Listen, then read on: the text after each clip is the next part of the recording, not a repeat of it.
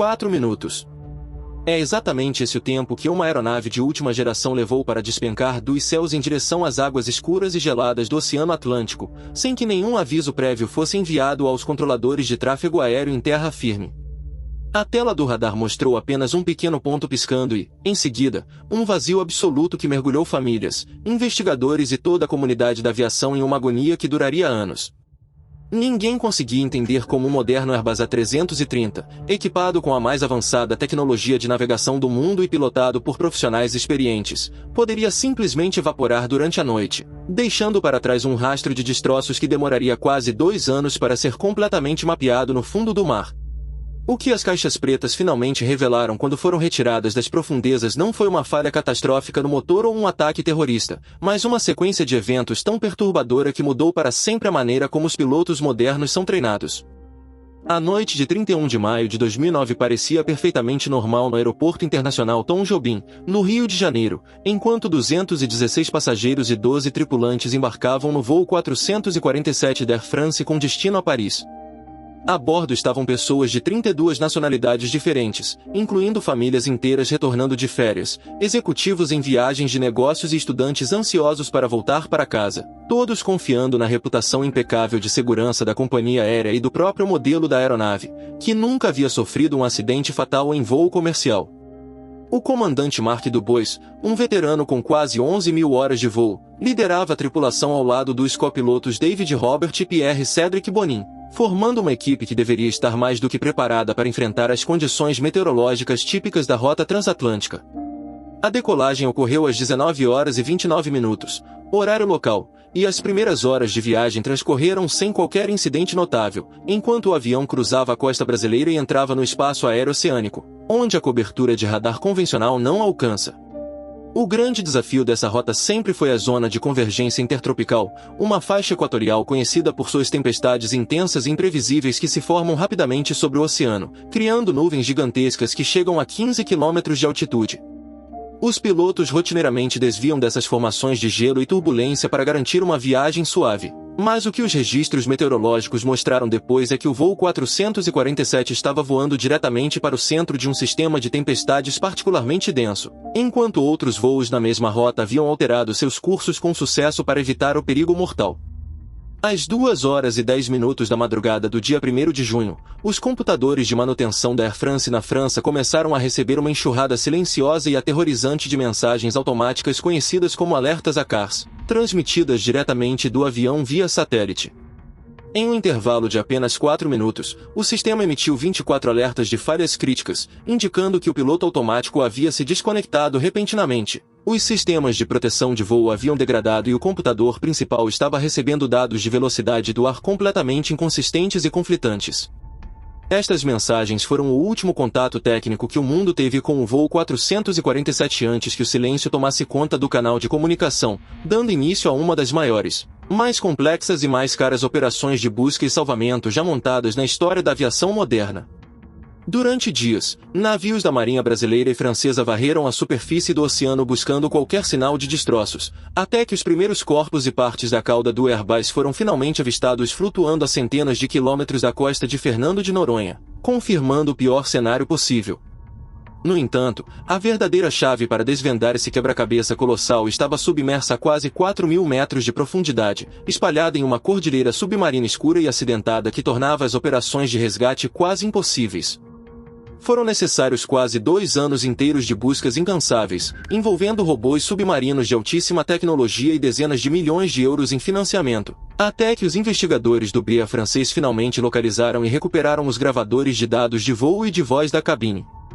Quando o áudio do cockpit foi extraído e sincronizado com os dados técnicos, a imagem que se formou deixou até os especialistas mais veteranos absolutamente perplexos e angustiados com a sequência de erros que levou à tragédia. O desastre começou de forma furtiva quando os tubos de pitot, que são os pequenos sensores localizados do lado de fora do avião responsáveis por medir a velocidade, congelaram completamente devido à formação de cristais de gelo na tempestade, bloqueando a entrada de ar. Sem saber a velocidade real da aeronave, o computador central de voo fez exatamente o que foi programado para fazer em situações de dados corrompidos. Ele se desconectou e entregou o controle manual total aos pilotos, soando um alarme estridente para alertar a tripulação de que eles agora estavam no comando absoluto. O comandante do Bois estava em seu período de descanso programado fora da cabine, deixando o copiloto mais jovem, Pierre Cédric Bonin, no controle dos manches, em uma altitude elevada e com o avião voando perto de seus limites operacionais de sustentação e velocidade. A reação imediata e instintiva de Bonin foi puxar o controle para trás, levantando o nariz do avião em uma manobra de subida acentuada, um movimento que contrariava todos os protocolos padrão para aquele tipo específico de falha, já que a aeronave precisava de velocidade para manter a sustentação aerodinâmica. Ao empinar o nariz do avião sem potência suficiente para manter o impulso vertical, Bonin induziu rapidamente um stall aerodinâmico profundo, uma condição letal onde as asas perdem a capacidade de manter a aeronave no ar, fazendo com que o gigante de toneladas começasse a cair como uma pedra na escuridão. O alarme sonoro de stall disparou implacavelmente na cabine de comando, gritando sua advertência mais de 70 vezes enquanto o avião despencava em direção ao mar, mas a confusão mental dos pilotos era tão profunda que eles pareciam incapazes de compreender a realidade física da situação. O copiloto David Robert tentava desesperadamente entender o que estava acontecendo nos painéis cheios de indicações conflitantes, enquanto Bonin continuava a puxar o controle para trás, mantendo o nariz apontado para cima e agravando irremediavelmente a queda a cada segundo que passava. A recuperação das caixas pretas respondeu ao como o avião caiu, mas a verdadeira questão que consumiu os psicólogos da aviação e engenheiros aeronáuticos foi o porquê de pilotos tão bem treinados tomarem ações tão contrárias à física básica do voo. A primeira teoria técnica foca intensamente na ergonomia e no design da cabine de comando do Airbus, especificamente no sistema de manches laterais duplos que não são mecanicamente interligados entre si. Ao contrário dos tradicionais controles da Boeing, onde a força aplicada por um piloto é sentida e vista fisicamente pelo outro através do movimento simultâneo, os controles do Airbus funcionam de forma independente, o que significa que o copiloto Robert não conseguia ver facilmente que Bonin estava mantendo o nariz do avião levantado durante toda a queda vertiginosa. Quando o comandante do Bois finalmente conseguiu retornar à cabine, menos de 1 minuto e meio antes do impacto com o oceano, o cenário já era de pânico total e ele não tinha como saber rapidamente as ações de controle prejudiciais que o copiloto mais jovem estava aplicando no escuro. A segunda vertente de investigação, que causou um choque profundo na indústria global, é a teoria da dependência extrema da automação e do enfraquecimento alarmante das habilidades básicas de pilotagem manual entre os profissionais modernos. Os pilotos do voo 447 estavam inteiramente acostumados a um sistema eletrônico avançado que ativamente os impedia de cometer erros perigosos, um sistema formidável de proteção de envelope de voo que, em circunstâncias normais, simplesmente não permitiria que o avião entrasse em stall, mesmo se o piloto puxasse o manche com toda a sua força até o limite máximo físico. O problema crítico foi que, ao desconectar o piloto automático devido às medições incorretas de velocidade, o computador principal também desligou simultaneamente essas proteções invisíveis cruciais, colocando a aeronave em uma lei de controle alternativo onde o stall era subitamente possível, mas o treinamento mental da tripulação não mudou na mesma velocidade da degradação dos sistemas embarcados. A terceira teoria examina o devastador efeito de sobressalto neurológico, argumentando que a sobrecarga sensorial de múltiplos alarmes disparando simultaneamente, turbulência climática intensa e a perda repentina das telas primárias de referência geraram uma confusão cognitiva paralisante conhecida na psicologia aeronáutica como cegueira de canal. O estresse extremo em uma fração de segundo fez com que o cérebro do piloto agisse puramente por reflexo primitivo de sobrevivência, focando compulsivamente em manter a altitude a qualquer custo sem conseguir processar conscientemente as dezenas de informações lógicas que estavam disponíveis ao seu redor nos instrumentos analógicos secundários de backup.